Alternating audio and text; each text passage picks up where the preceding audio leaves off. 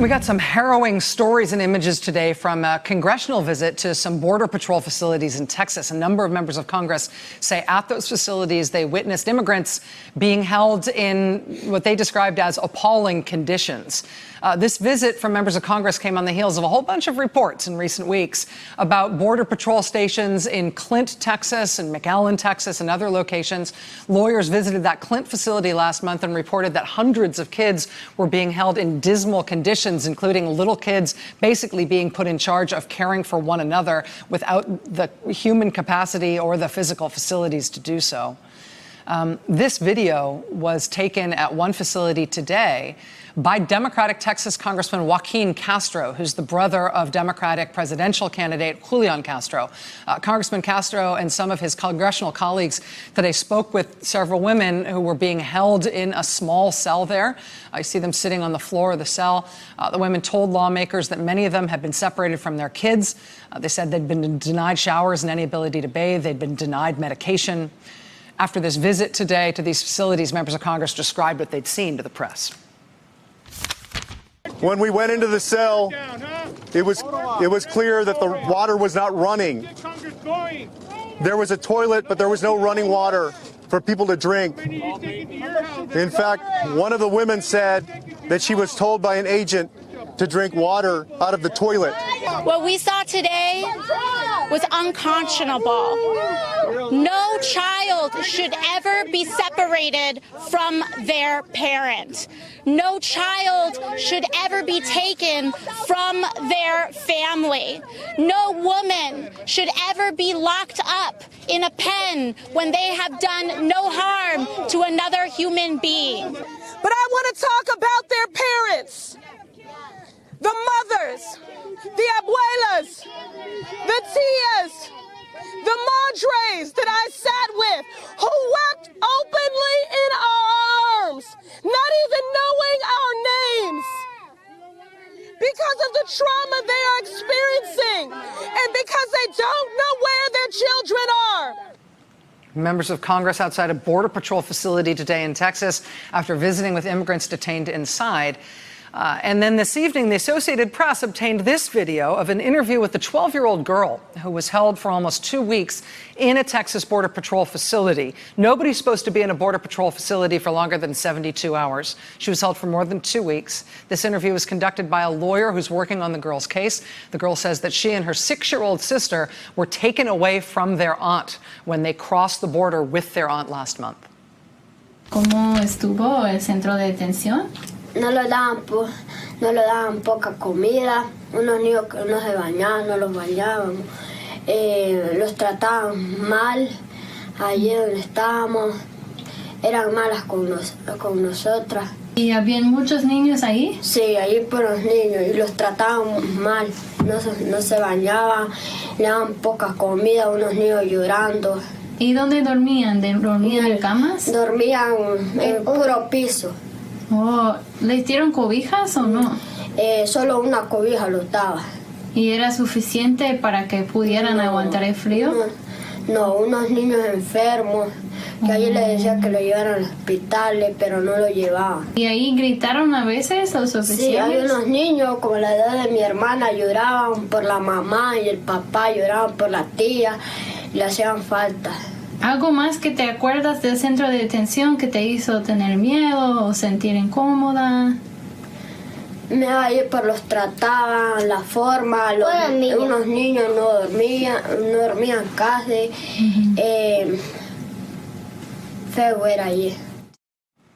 That video of a 12-year-old girl held at the Border Patrol facility in Clint, Texas for 2 weeks. That was obtained by the Associated Press this evening. Joining us now is Congressman Jerry Nadler of New York. He is the high-profile chairman of the very powerful House Judiciary Committee, which does have jurisdiction over a bunch of the issues involved here. Mr. Chairman, thanks for being here. Thank you. There's a number of things I want to talk to you about tonight. Thank you for coming in. But I have to ask your reaction to what you heard from your House colleagues there and from these other reports that we've had about these facilities on the border. Obviously, your committee has some jurisdiction on these matters. We do, but we don't control the agencies. Obviously, what we saw today was disgusting. When we were at the border just a couple of months ago, we saw also, although they didn't let us talk to any of the kids, but to any people, we saw very disgusting conditions then. This is inhuman. This is, frankly, I think it's criminal. There ought to be criminal prosecutions of some of the agency heads and some of the people for child abuse. This is clearly child abuse. It violates probably half a dozen laws.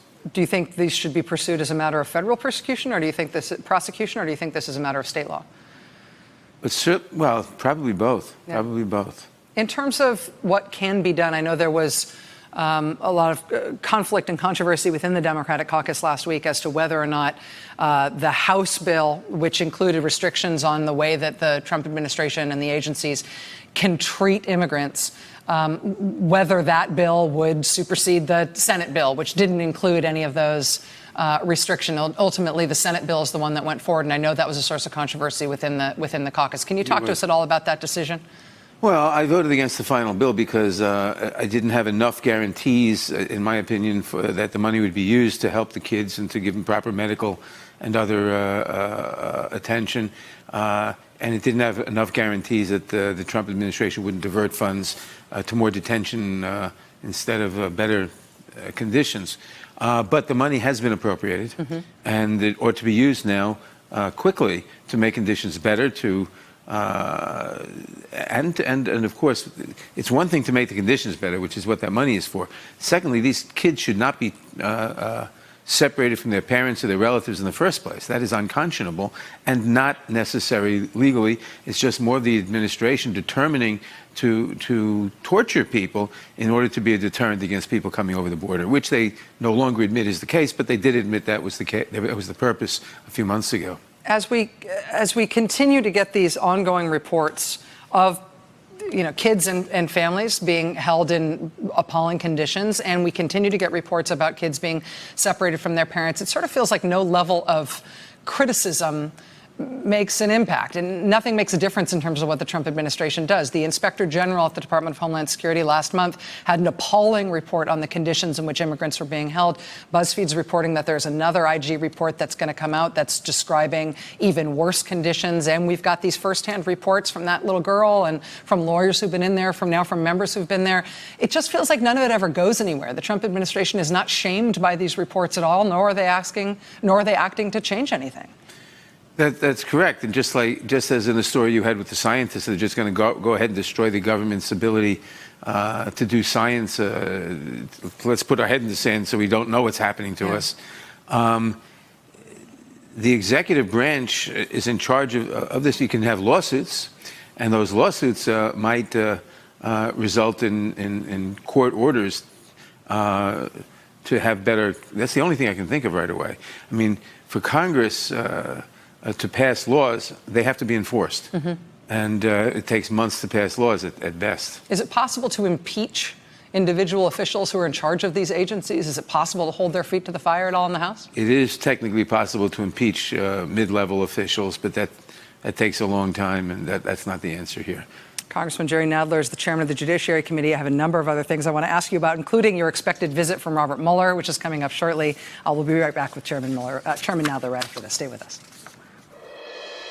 Hey there, I'm Chris Hayes from MSNBC. Thanks for watching MSNBC on YouTube. If you want to keep up to date with the videos we're putting out, you can click subscribe just below me, or click over on this list to see lots of other great videos.